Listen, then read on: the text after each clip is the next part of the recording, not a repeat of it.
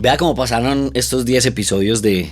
Bueno, dígame la verdad, ¿largos le pareció largo, intenso el cronograma de grabación o los disfrutó?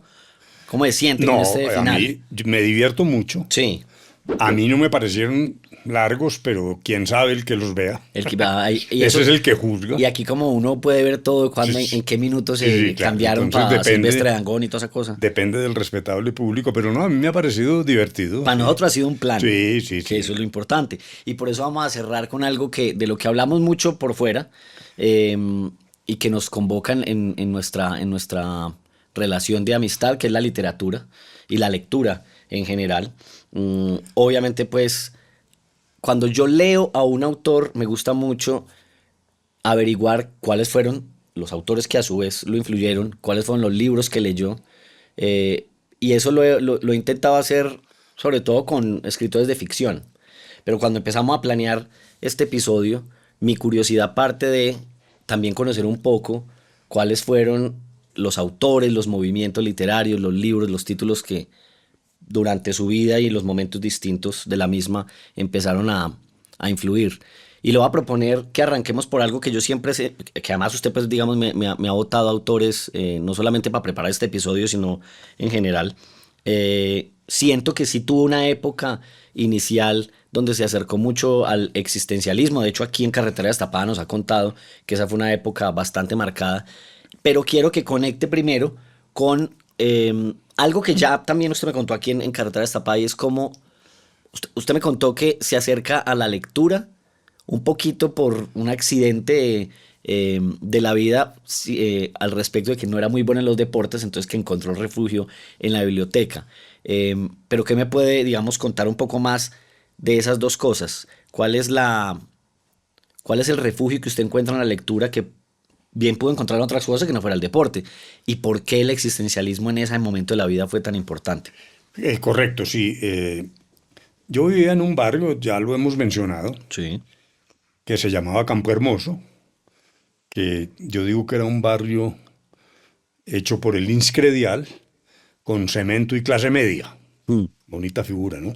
Muy bonita. No, usted me ha botado aquí unas frases. Sí. Ya me he quedado con más de una. Hey. Bueno, en ese barrio logramos formar, dijéramos, una vida muy colectiva con los amiguitos. Incluso había lo que llamábamos barras, los mayores, los medianos y nosotros que éramos los chiquitos. ¿Que estamos hablando que 10, 11 años o qué? Sí, dijéramos, sí, Ok. yo creo que debería tener yo 7 años cuando Ok. llegamos a Campo Hermoso, Ya. o un poco menos. Bueno, esa vida colectiva tenía, como todas las vidas colectivas, derechos y obligaciones, pero una de las obligaciones, entre comillas, pues era el deporte. Sí. Y entonces, sobre todo el fútbol, bueno, básquetbol, en fin. Y realmente pasaron dos cosas. Primero, que yo era muy malo, como ya le conté, entonces no hay necesidad de insistir en eso, Sí. ni flagelarse. Además. Pero segundo, porque a mí me apareció un asma bastante severa. El asma hace que cuando usted no está en medio de un ataque, tiene una vida normal. Entonces, el único deporte en el que yo sobresalía, que realmente no es un deporte, era correr, carreras de larga distancia. Ok.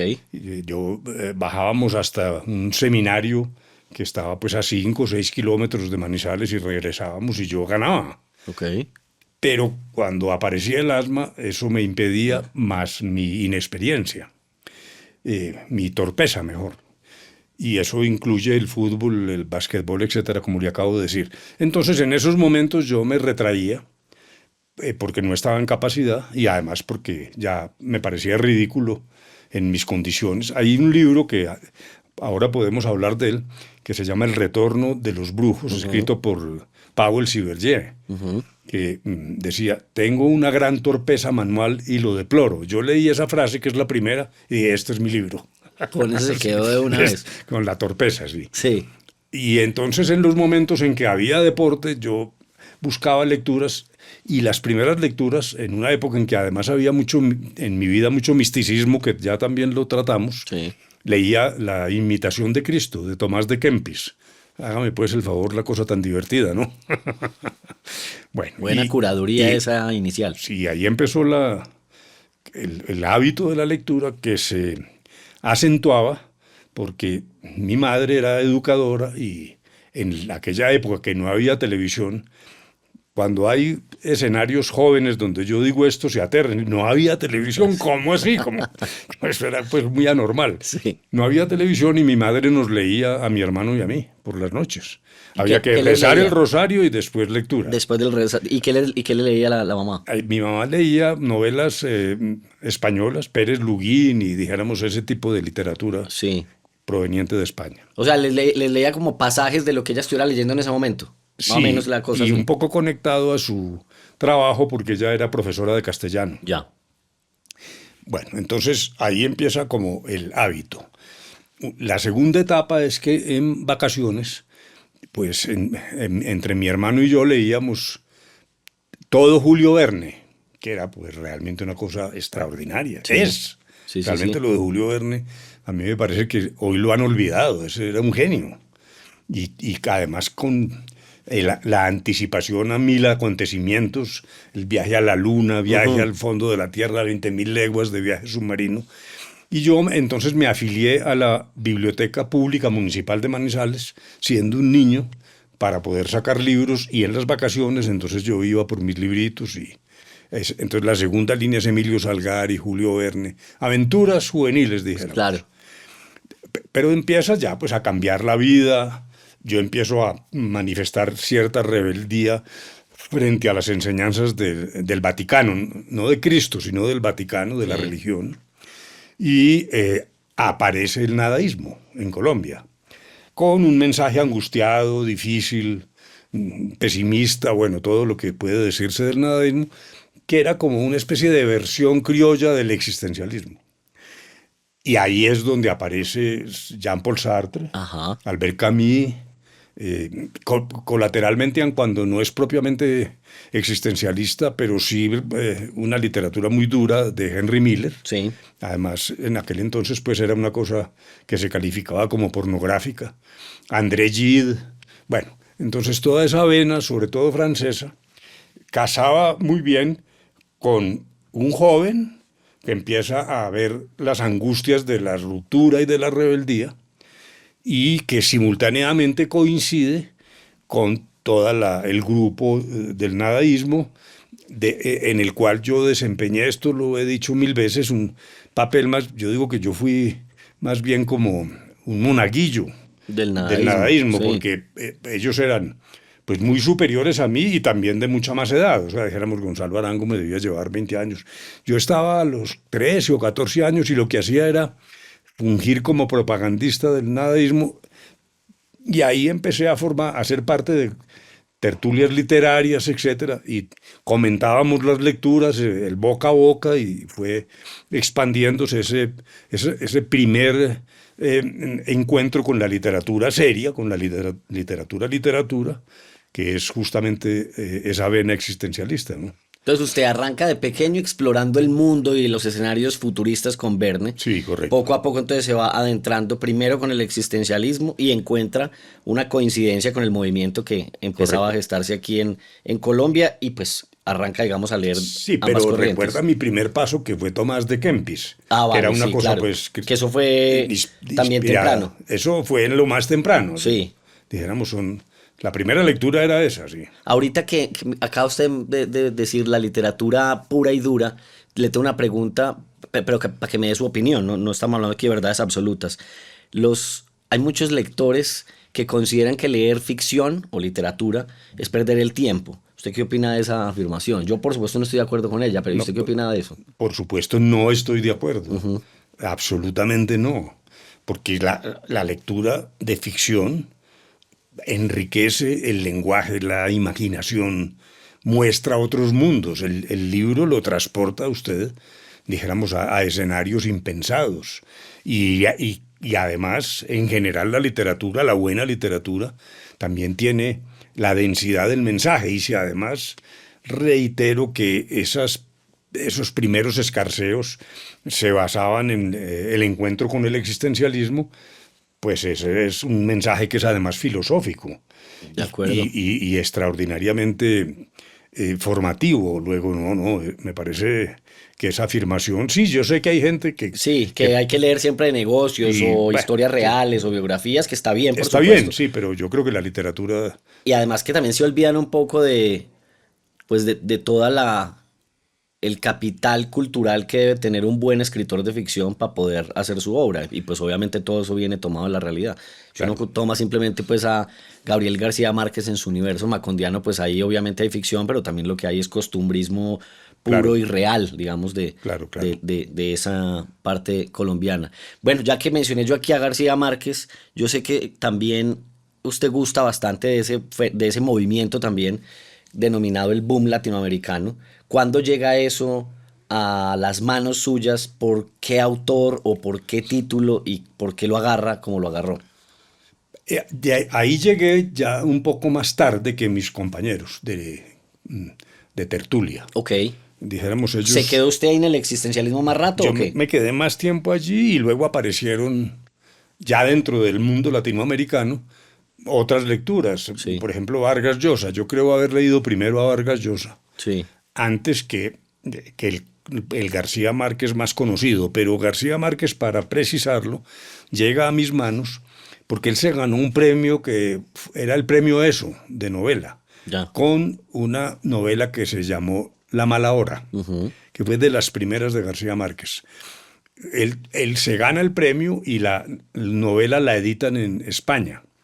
Y en España la tradujeron, entre comillas, al español de España. Ya. Entonces, por ejemplo, uno no decía el radio, sino la radio. Ajá. Y ese tipo de pequeños detalles. Entonces García Márquez montó en cólera y desautorizó la edición Esa y edición. ordenó que la recogieran. Con tan buena suerte que yo alcancé a comprar el primer libro, el español, Oye, que es y lo tiene todavía. y lo tengo. Me han dicho algunas personas que lo podría vender por una suma importante de Claro. dinero, porque es una cosa preciosa. O yo cumplo años en mayo. También. Bueno, después sale la reedición ya en castellano Sí. de Colombia y de ahí para adelante.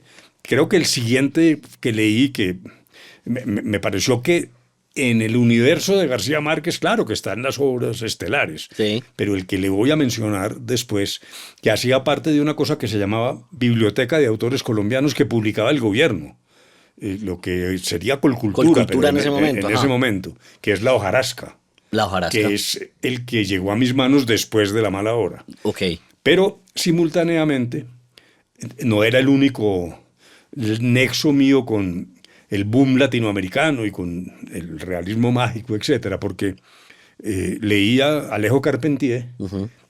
que entre otras cosas a mí me parece realmente, no voy a decir que superior a García Pero Márquez, se le gusta mucho. sí, me Sí. parece que tiene esa literatura, se ve más, se siente el Caribe, Sí. yo creo que con más intensidad y también con un lenguaje alucinante. Lo de Carpentier es extraordinario, ¿no? Bueno, ya hablé de Vargas Llosa, Ujú. que naturalmente es una línea completamente distinta, pero que era muy oportuna en ese momento porque creo que lo primero que leí fue La ciudad y los perros. Ya. Y entonces empieza a aparecer La ciudad y los perros, la historia de Maita, etcétera, que coincide con la época en que el movimiento estudiantil se va volcando hacia la revolución. Es el nacimiento en la literatura de Vargas Llosa de las universidades peruanas ya en la militancia. Ajá. Pero escrito también desde una mirada un poco entre escéptica y hasta jocosa, porque esos revolucionarios se van diluyendo un poco, pues ya con las, dijéramos, atractivos del capitalismo. Pero de Vargas Llosa realmente me he leído, yo no sé si todo, pero sí bastante de su literatura, con desde mi parte una gran admiración por el literato Vargas Llosa y menos admiración del político y el personaje de la carátula de Hola. Ahí eso ya no me Ya, pareció tan sí. divertido. Sí. Pero puede usted separar el autor de Sí, su sí, obra sin problema claro. alguno. Es más, relevo a veces a Vargas Llosa, Sí, porque insisto, sirve mucho incluso para Colombia lo que se gestaba en las universidades. De alguna manera, mi novela Hércules Pretorius sucede también en la universidad sí, claro. y es el momento en que empieza a aparecer ya la confrontación que termina siendo confrontación armada, ¿no? Eso sí es un momento similar. ¿Usted leyó El otoño del patriarca? Sí, ¿Cómo le pareció ese libro?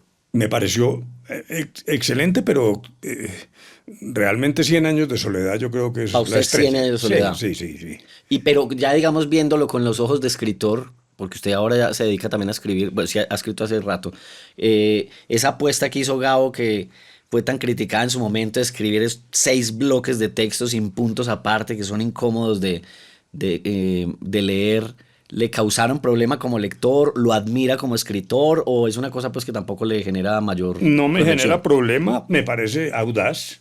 Hay un artículo famoso de García Márquez donde propone casi que eliminar la ortografía Sí, por esas dualidades de la ortografía castellana, la C, la Z, la S, sí. para básicamente el mismo sonido, etcétera, y me pareció fantástico. Pero cuando llego a esa, a ese contacto con García Márquez en el terreno en que tú lo estás poniendo, Octavio, ya estaba Cortázar, que es el gran revolucionario en todo. Sobre todo Rayuela, me parece que eso Ajá. no solo es monumental, sino, primero lo que ya, esto pues no es original lo que voy a decir, el hecho de que usted pueda leerlo en cualquier orden, Sí. que el propio Cortázar lo dice al principio, señor lector, Haga lo tome que la usted ruta que quiera. quiera. Sí. La que yo sugiero es esta, pero usted verá. Yo seguí la ruta sugerida por Cortázar. Y hay sobre todo uno de los capítulos que es escrito en un lenguaje inexistente. Eh, un lenguaje que es una colección de letras y sonidos, pero que no es un lenguaje ni castellano, ni inglés, ni nada, ¿no? Sí. Él crea una narrativa, Cortázar, pero lo absolutamente dramático es que usted entiende perfectamente qué es lo que está ¿Qué es lo que pasando. está ahí Es pasando? un acto de amor, es un encuentro erótico. Entonces incluso tengo el recuerdo de que, como eso me impactó tanto, delante de mi esposa y mis hijos, les dije, mire, presten atención a esto que les voy a leer y ustedes van a entender. Y mi mujer me regañó y me dijo, ¿cómo le lee esas porquerías a los niños? ¿En Pero serio? realmente no es un idioma. Pero usted lo lee y sabe qué está pasando ahí. Es un genio. Se llevó regaño y todo Sí, ahí sí, sí, sí, por sí. esa lectura. Sí.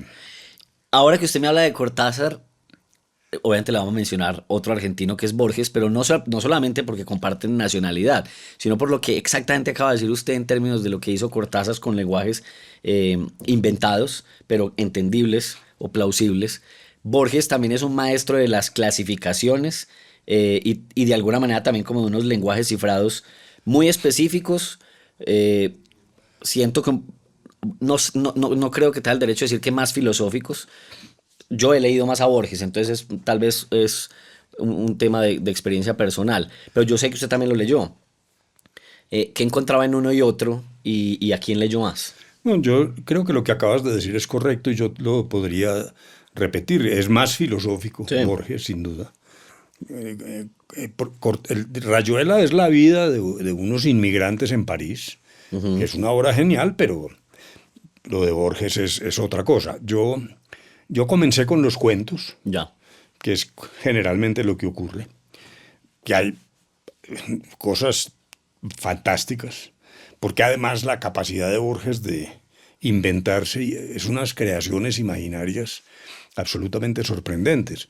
Hay un cuento que comienza por describir un mapa de una zona geográfica.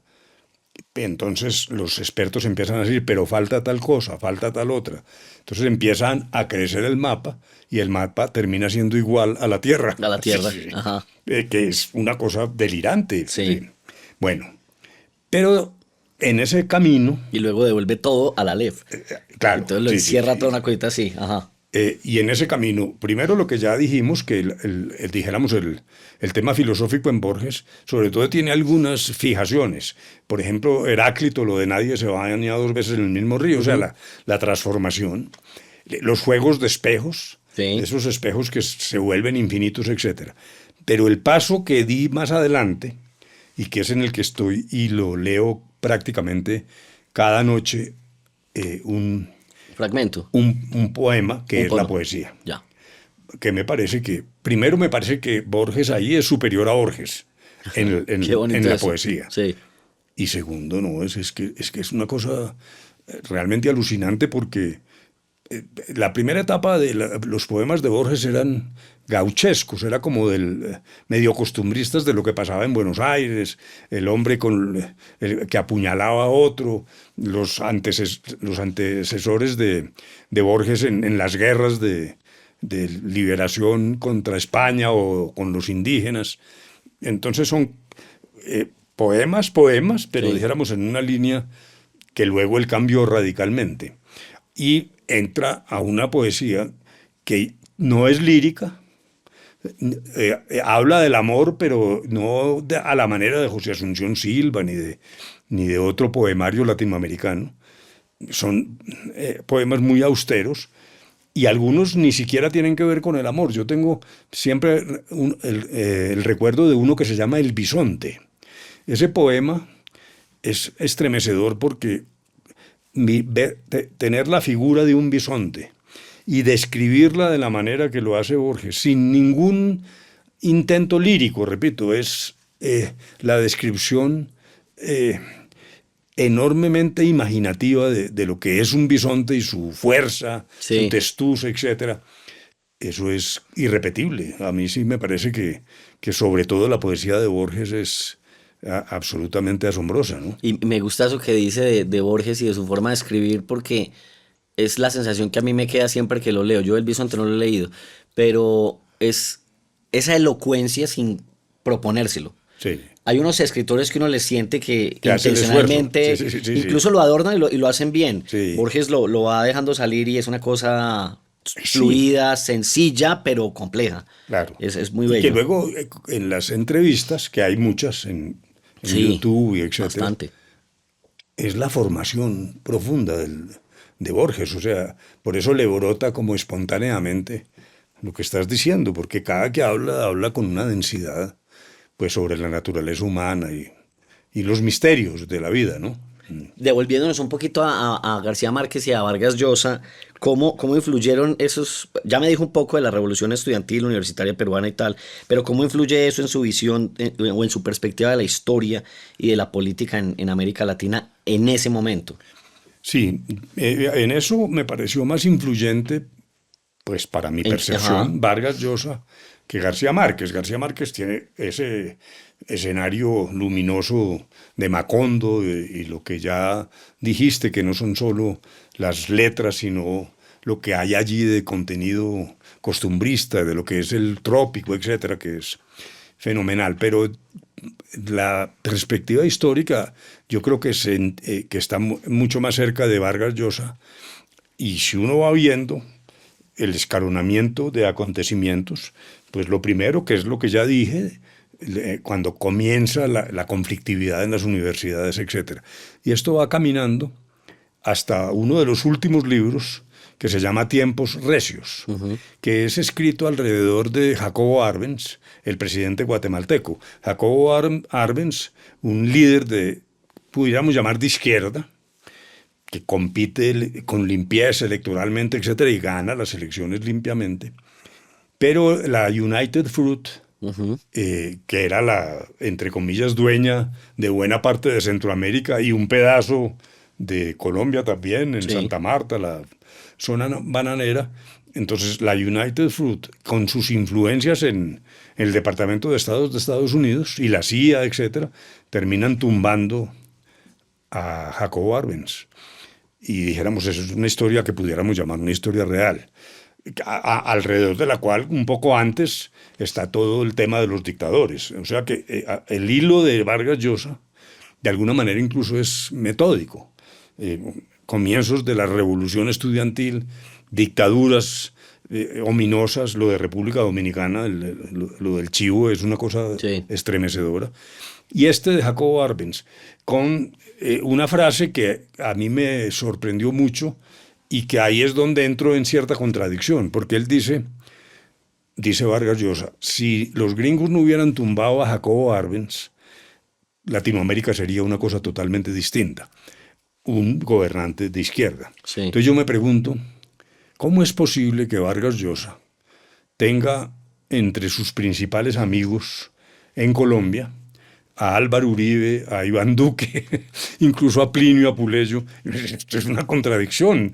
Entonces hay algo que yo no me queda difícil digerirlo, y el paso siguiente, cada quien es dueño de su vida y puede divorciarse y casarse y tal, pero todo el paso de Vargas Llosa por las revistas de farándula, no sé, a mí eso... No le cuadró. Hablando de esto con unos amigos me dijeron, ¿usted qué le importa? El señor es dueño, se casa con el que le dé la gana, y si lo llaman de la revista Hola, ¿por qué no puede aparecer en la carátula? No, semejante escritor, semejante categoría de escritor, posando con las socialités y los cócteles en Madrid, no sé, hay algo que no me cuadra. ¿Sí? Y entonces le va a tirar un nombre que ese es uno que me gusta mucho. ¿Qué opina? Primero, ¿le gusta o no le gusta Truman Capote? Ah, no, eso es fantástico. Pero ese era mucho más vedette, pues, que Vargas Sí. Llosa. Esa glamorización no le incomoda Pero tanto. es que era vedette. No era tan política, ¿o qué? No, él era, Truman Capote era vedette, Sí, y claro, claro. en los medios norteamericanos, pero no se banalizaba él mismo. Ya. De todos modos, aparecía, pero digamos mantenía su comportamiento de escritor. Es que yo puedo estar siendo muy injusto. Sí. Le repito que a mí me regañan cada vez que digo esto, pero esas fotos en los cócteles con una copa de champaña en la mano, no sé. Pero devolviéndome a Truman Capote, no, eso es un genio, porque además, como usted lo sabe muy bien, inaugura un género que es Claro. el de el periodismo literario. Es un Ajá. tipo que escribe a sangre fría, Ajá. que es una novela, pero no es una novela, es estrictamente la realidad de unos Totalmente. acontecimientos tenebrosos, ¿no? De acuerdo. Le voy a cambiar el tercio y hablemos, porque yo sé que usted también tuvo no sé en qué época, pero cuando llega la literatura y el feminismo a sus manos, con autoras como Simone de Beauvoir, Virginia Woolf, un poquito también, ¿no? Sí, entonces ahí hay también como unos pasos. El primer paso que es Simone de Beauvoir, pero yo llego a Simone de Beauvoir por la filosofía, Sí. por el segundo sexo, Ajá. luego su relación con Jean-Paul Sartre, entonces más es en el camino. ¿Y leyó del primero a Sartre, después a ella? Primero a Sartre. Sí, primero a Sartre, claro, ajá. sí. Sartre fue de mis primeras lecturas. Ajá. Tengo todavía los libros que editaba Losada, intactos en mi biblioteca, los primeros que llegaron a Colombia. A Colombia. ¿No? Bueno, entonces a Simone de Beauvoir llego más, no por literatura, sino más por filosofía, por lo que tiene que ver, como usted lo dijo, con el feminismo y con una actitud con la que empieza una revolución, Sí. que es la revolución de género y de la libertad de la mujer y de la reivindicación de los derechos de la mujer. Y ella misma cuenta que tal vez una hija de André Mauriac, yo no estoy ya tan seguro del nombre, empezó a escribir, quiso ser literata. Y entonces el papá le leyó el libro y le dijo, te felicito, tienes cerebro de hombre.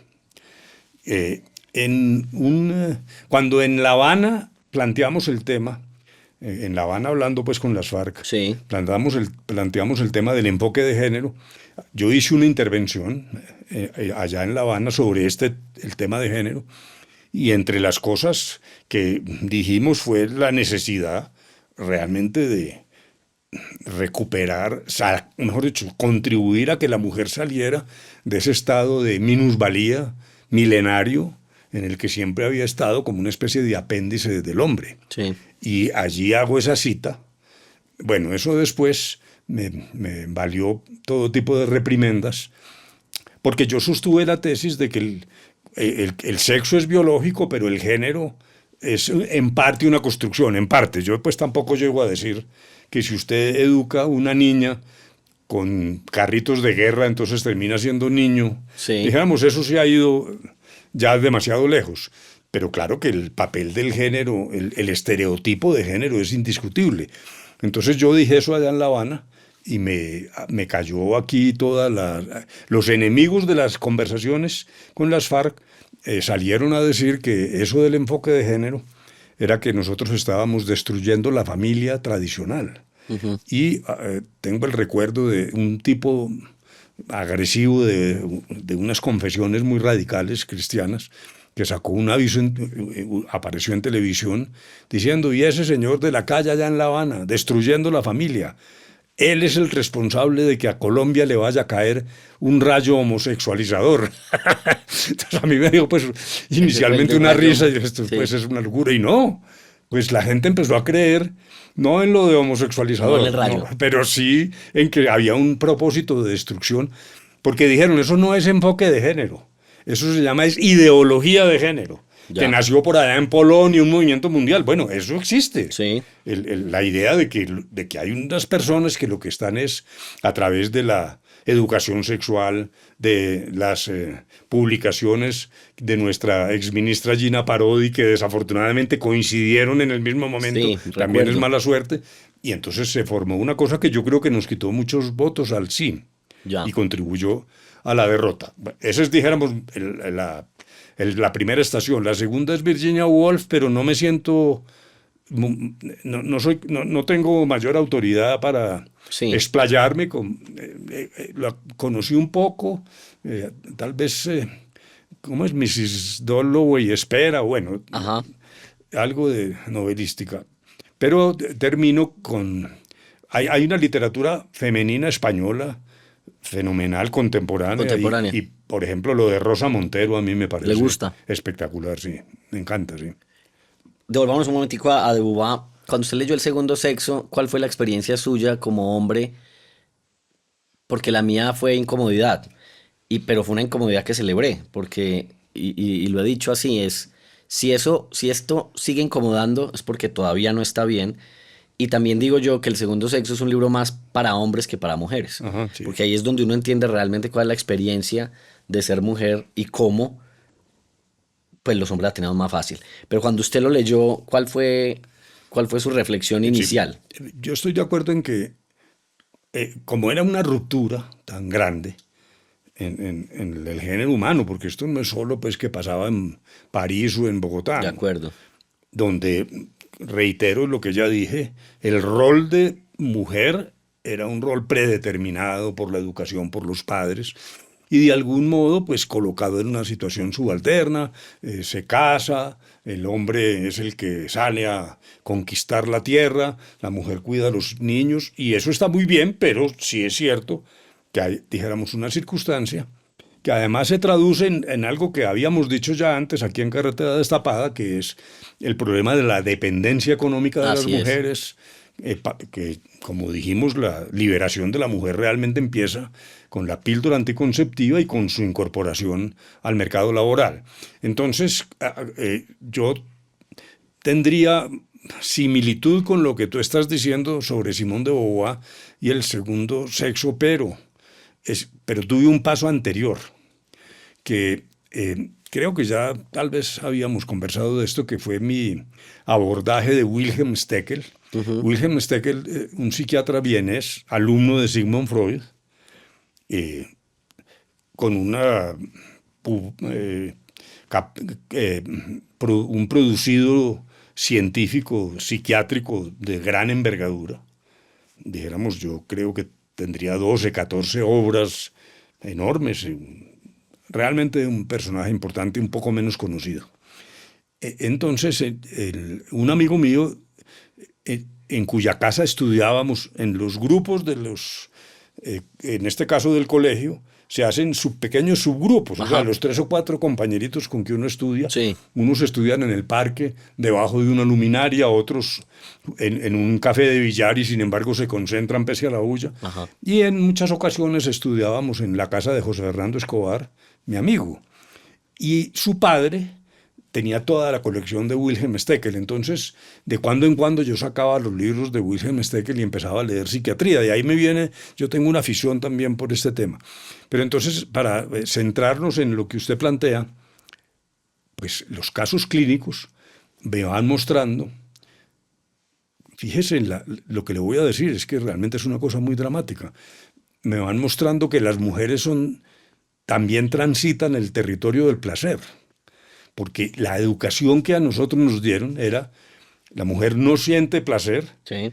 y solo puede sentirlo dentro del matrimonio y cuando el erotismo está dirigido a procrear. Procrear. Y esa era pues la orden del Vaticano. Sí. Cuando yo empiezo a ver los casos clínicos en Wilhelm Steckel, empiezo a descubrir la mujer que yo no conocía, entre otras cosas porque yo no tuve hermanas. Entonces para mí era como una novedad.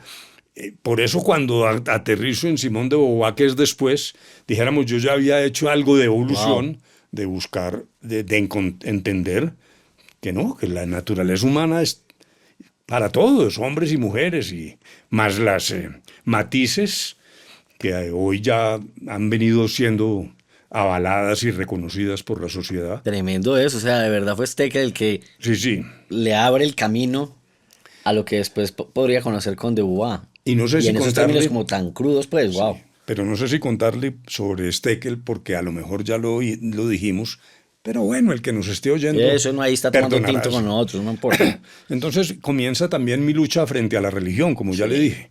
Mi mamá era ultracatólica y me quemaba los libros, bueno. Entonces, pero ella tenía un Pero libro. los quemaba literal. Sí, sí. Sí. Es que yo una vez compré unos libros sobre materialismo dialéctico y mi mamá se fue al colegio y habló con el padre Belisario Gutiérrez, que era uno de nuestros profesores. Y dijo, padre, mire lo que está leyendo Humberto. Y el padre le dijo, no, no, Sí, usted sí me queme contó eso. Sí, yo creo que ya habíamos hablado. Sí me de contó eso. eso, es verdad. Bueno, pero entre los libros de mi mamá había uno que se llama Cartas a una madre, de Wilhelm Steckel. El título parecería como una tontería. Un de esas. corintellado ahí, Sí, ajá. exacto. Pues no, yo empecé a leer eso y era con el rigor de un psiquiatra vienés, o sea. Y empiezo a leer extraordinario porque era un manual de educación de los hijos Sí. que era contemporáneo en ese momento, era muy avanzado. A mí me sorprendió que mi madre se guiara por una obra de Steckel. Hasta cuando encuentro una frase, yo creo que ya habíamos hablado de esto, excusen quienes nos estén siguiendo, encuentro una frase que dice, no puede, la religión que amenaza con un castigo eterno no puede ser verdadera. Entonces Sí, sí, sí. ahí me liberé de, Y aquí eran encontré cartas a una madre, cartas a una madre de Wilhelm Steckel. Sí. Bueno, ahora que ya entonces mencionamos como ese paso por la religión, su pelea no tan interna con el Vaticano, era más, sí, más sí. expresa. Sí. Hay un par de autores que usted ya me mencionó uno al principio, que es Tomás de Kempis con Sí, sí, sí. Imitación de Cristo. Imitación de Cristo, y también leyó a Germán Hesse. Sí. También, ¿cierto? Sí, sí, sí. Sobre todo el Lobo Estepario. Sobre todo lo de Estepario. Después leí El juego de los avalorios, Ajá. que es otro enfoque, ya Sí. como más orientalista, ¿no? Curioso, porque yo en cambio he leído Siddhartha, Siddhartha. y Demian. Sí. Sí, No, que yo son- no leí Damien y Siddhartha tampoco, pero sí tengo la idea de que es más hacia una cosa oriental. Más Sí, sobre todo Siddhartha, por supuesto, pero Demian también explora Pero el que me llegó muy profundo fue El lobo estepario. el Lobo Estepario. Claro, porque era, como ya dijimos, una época de bohemia, Sí. tertulias literarias, yo fumaba pipa, nos íbamos a oír tangos, una vida, dijéramos, ahí, en ese entonces rebelde, pues que es muy poquito frente a lo que es ahora la rebeldía, Sí. pero sí era, dijéramos, contestatario. Y muy tímido con las mujeres. El hecho de, yo sostengo que no haber tenido hermanas, yo no pude aprender a bailar, y entonces realmente con una enorme timidez. Y el lobo estepario se refiere al protagonista, que es un misántropo, que es absolutamente introvertido, que vive una vida casi enclaustrado en sí mismo, hasta cuando entra al bar donde hay toda clase de alucinaciones, etcétera. Entonces yo me sentía muy cerca del lobo estepario, me parecía, pese a tratarse de un autor alemán. Ajá. ¿Unamuno lo leyó en algún momento? Pero un poco, Poco. sí, no tanto. Yo quiero leer esa novela, se me va el nombre ahorita. que juega con los personajes y pone al protagonista a pelear con él, con Unamuno, porque Unamuno, él es que el autor lo va a matar y el protagonista se da cuenta. Ah, caramba, sí. Pero no me acuerdo cómo se llama en este No. momento. Niebla, se llama Niebla. Sí, ¿No sí. la has leído? La tengo No lo he pendiente. leído. Sí. Una vez intenté comenzar, pero no sé, algo me pasó que no pude. A mí me parece particular es que dicen que Unamuno era un tipo muy, muy aburridor. Sí. Eso me causa bastante A mí, dijéramos, curiosidad. yo tampoco pude, en la literatura suya no engrané. En cambio, para completar el cuadro de los españoles, lo que sí me parecía fantástico es don José Ortega y Gasset. Sí, José Ortega y Gasset tiene un libro fenomenal que se llama Sobre el amor. Es un libro sobre el amor, sí. con la agudeza de análisis y tal. José Ortega y Gasset fue muy de malas, porque aun cuando él estudió filosofía alemana, Ujú. España con Franco y tal era como por debajeada siempre, y en Europa decían, no, Europa empieza en los Pirineos, eso de España es como secundario, eso no es tan importante. Y entonces el pobre don José, pues terminó más o menos con siendo víctima de una mirada relativamente despectiva como filósofo. Y acuérdese que la tesis central de él era yo soy yo y mis circunstancias, que es que tiene un eslabonamiento con el existencialismo. Bueno, pero oiga esto que dos anécdotas le cuento sobre el tema español. Yo no es que sea hispanista. Sí. Aquí ha habido los que adoran. Ah, claro No, que a sí. mí yo respeto a España, yo no abjuro y al contrario agradezco pues que hayamos recibido de España mucho también oprobios, pero yo no estoy en esa cosa mexicana ahora de insultar al rey, eso me parece hasta un poco tonto, ¿no? Pero bueno, ¿cómo le parece que hay un libro escrito por un francés que se llama Del amanecer a la decadencia? Es un historiador francés que olvido el nombre en este momento, desafortunadamente, y subrayo, si lo podemos buscar ahí, Del amanecer Aquí a de la una decadencia. vez. Subrayo el hecho de que sea francés porque los franceses despreciaban a los españoles en todas estas lides filosóficas y literarias. Y entonces este autor, que es el que estamos buscando, dice, Bueno, mi francés es muy manizaleño, pero Jacques Barsun, sí, pero Jacques no sé cómo, Barzun. sí, No, no quién sé, sabe, pero yo sí, digo Jacques Barsun. Jacques Barzun, Ajá. un historiador importante. Entonces, cuando describe el nacimiento del siglo XX y lo que allá se veía venir sobre la naturaleza de la sociedad, el declive del respeto al individuo, la colectivización, los problemas de comunicaciones, pero no mirados hoy con Byul Han, el coreano alemán, sino Ajá. en esa Sí, época. sí, sí. Eh, Jacques Barzun dice, cuando nos llega la masificación, la desvalorización de lo individual, etcétera, etcétera, etcétera, nadie lo vio en el mundo, occidental por lo menos, con la excepción de una sola persona, don José Ortega y Gasset, en La Dice, rebelión de las masas. wow, Barzun dice que es el libro más sagaz en la época, pues de la yo época. creo que 1920 o algo, ¿no? Ujú. Y la segunda anécdota no tiene nada que ver, pero para volver a lo de España es lo siguiente. Aquí en Colombia, en la Fundación Santa Fe, hubo un seminario mundial sobre células madre. Sí, Y a mí me gustan los temas científicos. Y entonces, sin ser médico y nada, me colé allá y me metí a oír eso. Vinieron los dómines del tema de las células madre, comenzando por el más destacado de todos, un coreano, que era el gran capitán de las células madre, que después resultó un fiasco. Era un estafador. no jodas. El tipo lo que hizo fue entregar supuestos hallazgos y eso resultó mentira. Sí, Pero allí había un neurólogo eh, de Harvard, gringo, una eminencia. Y entonces comienza su intervención diciendo lo siguiente en su castellano farragoso. Dijo, yo quiero decirles que todo lo que sabemos del cerebro se lo debemos a José María Ramón y Cajal, dicho por el genio de Harvard. ¿verdad? Y hace poco, o sea, poco, pues 30 años o algo Sí, así.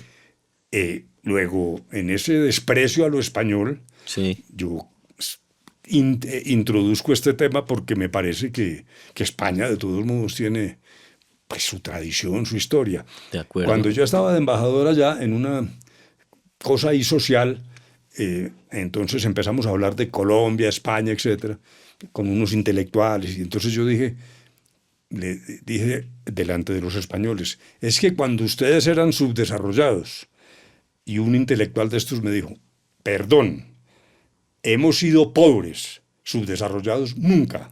Le dijo, tremenda. Me metió una vaciada Sí, dura. wow. Pero además es cierto, si Sí. pues la historia de España, maestro, pues fue la primera potencia mundial mucho tiempo. Sí, sí, sí. Bueno, Rebelión de las Masas, ahí busqué 1930 porque yo no he leído el libro. Entonces, pues no voy a posar aquí de bibliotecólogo. Le voy a hacer una pregunta ya para ir cerrando. ¿Leen sus compañeros congresistas? ¿Usted ha conocido por ahí gente buena lectora como usted allá en ese Capitolio? primero yo diría que no mucho por lo que veo, pues. Sí. Si dijéramos, tampoco sé cómo se Claro. comportan cada uno en su casa. De acuerdo. Pero los que leen, que claro los hay, me parece que leen más administración política, derecho constitucional. Yo no he tenido contacto con ninguno que se interese directamente por la literatura, con una excepción de alguien muy conocido que además ha hecho el esfuerzo de escribir, que es Roy Barreras. Lee Roy Barreras bastante. Roy Barreras se graduó también en literatura. Sí. Ha escrito 2, 3, 4 libros, qué sé yo. Y realmente tiene afición y formación en materia literaria. De resto, hoy en el Congreso no detecto, pero debe haber naturalmente, ¿no? Exacto, sí, pero no es una Pero no cosa, es pues, una como cosa que, sí. que antes de la plenaria o de la comisión Sí, ustedes digan, un ay, me libro, acabo de me leer leer. sí, o que, No, que no sea me una ha buena tocado. fuente Sí, no. de recomendación de libros. No me ha tocado, ¿no? Bueno, para hacer ya el cierre de la temporada número 2 de Carretera Destapada, mencionando muchos libros, muchos momentos, pero si le pido un top 3 de libros que usted recomendaría de todos esos que mencionamos a un lector del perfil que nos escucha, ¿qué podría usted decirme? Esas son las preguntas difíciles que hacen en... La primera que les ocurra. Sí. No me va a decir lo que dijo un día en una entrevista a Germán Vargas Lleras, que esas preguntas tan chimbas. No, pues- lo que digo es que se me parecen a esas con las que terminan los debates con los políticos ¿Cómo termina? candidatos. Ah. Siempre dicen 3 preguntas de sí o no y diga tal vaina en una palabra. Bueno, No, entonces... eso, regáñeme si le digo cuántos pares de zapatos tiene. Ahí sí me Ah, sí. pucha, sí. Bueno, pero entonces hago el esfuerzo. Dijéramos, hay un libro... Obviamente que lo que uno vaya a contestar ahora pues es totalmente arbitrario Claro. y se queda por fuera. No tiene mayor valor esto. De acuerdo. En el sentido de que no es un ranking. O sea, no son sus 3 libros más Sí. importantes, no, eso es imposible de clasificar. Pero por razones que voy a explicar, hay una obra de Albert Camus Ajá, que se llama La Caída, sí, que a mí me parece que es, entre todo lo de él, que es fenomenal, Sí. La peste, El extranjero, etc. Pero La Caída es un libro que consiste en un monólogo, entonces primero desde el punto de vista técnico es muy exigente, porque solo habla una persona. Esa persona es un francés que llega a un bar en Ámsterdam. Ese bar se llama Mexico City, increíble Ya, el nombre, pues. vea. Y ahí entra otro francés y el mesero, el barman, es un gigante holandés de cara, de cuerpo descomunal, sí, de esos que se corta el pelo, tuso, pues, como solemos decir, Ajá. y como un orangután. Y entonces este pobre francés es bregando a que le sirva una ginebra. Y el señor no le presta atención. Entonces el otro francés que está al lado le dice, no, perdonen, usted no va a tener éxito aquí. Esto aquí es complicado, espere y verá. Entonces este otro francés le habla, le increpa o de alguna manera logra y le sirve una ginebra. Entonces el francés pide también él. Y empieza un monólogo sobre la justicia. Es una cosa estremecedora porque es una obra, tiene cierto parecido con el proceso de Kafka, porque el francés, el que habla, pues, que es el más entrenado, no el parroquiano que llegó tímido, sino el otro, Sí. dice, no, yo viví en París, yo fui un tipo rico, yo tenía amantes, mi vida ha sido generosa, fui muy destacado, yo soy abogado, también fui juez de las cortes y tal, pero hoy yo me calificaría a mí como un juez penitente. Entonces, juez penitente. Es un monólogo, no es que aparezca el diálogo. Ajá. juez penitente porque me angustia mucho hoy, después de mi vida, de dónde sale el poder de una persona para juzgar a otra, un humano juzgando a otro. Entonces, de alguna manera es un tratado sobre la justicia, pero desde el punto de vista más ácido, que es como preguntándose y poniendo en salmuera, ¿y usted por qué tiene esa capacidad de juzgar las acciones de otros? Cuando las acciones en general tienen matices, son recónditas, uno condena al asesino, pero no sabe nadie qué tenía en mente en ese momento, etc.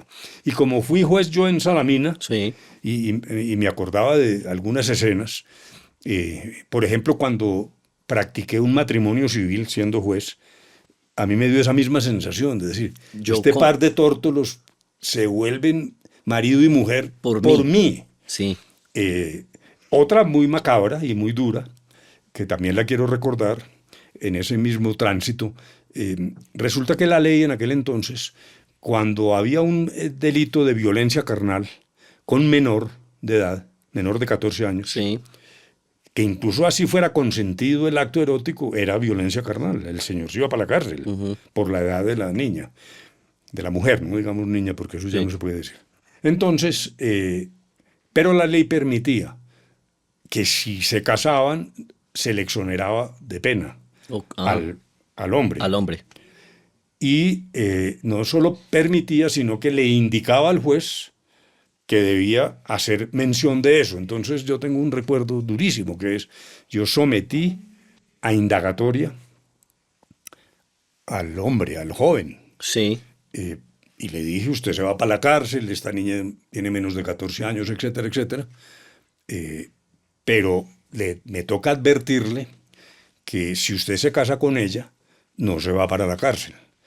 Le dijo usted. Sí, pues cumpliendo la ley. Cumpliendo la ley, exactamente. Lo infame no era yo, sino la ley. No, usted estaba... Pero era infame porque, bueno, entonces él dijo, no, pues yo podría pensarlo. Entonces yo hice seguir a la muchacha. Entonces los senté juntos, le dije, a usted que le pasó esto, a la mujer le dije, sí, si se casan, pues usted libera a este joven porque ya lo voy a meter preso.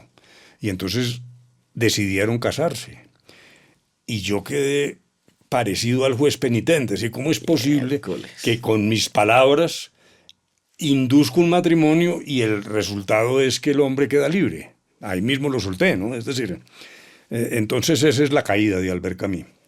Bueno, hay un segundo libro que no es tan valioso hoy en día porque está muy lleno de cosas esotéricas, pero que en ese momento que lo leí me impresionó mucho, que es el que ya le mencioné del Retorno de los Brujos, que se convirtió, cuando yo tenía por ahí 14 o 15 años, era una lectura, lo que sería un bestseller hoy. Ya.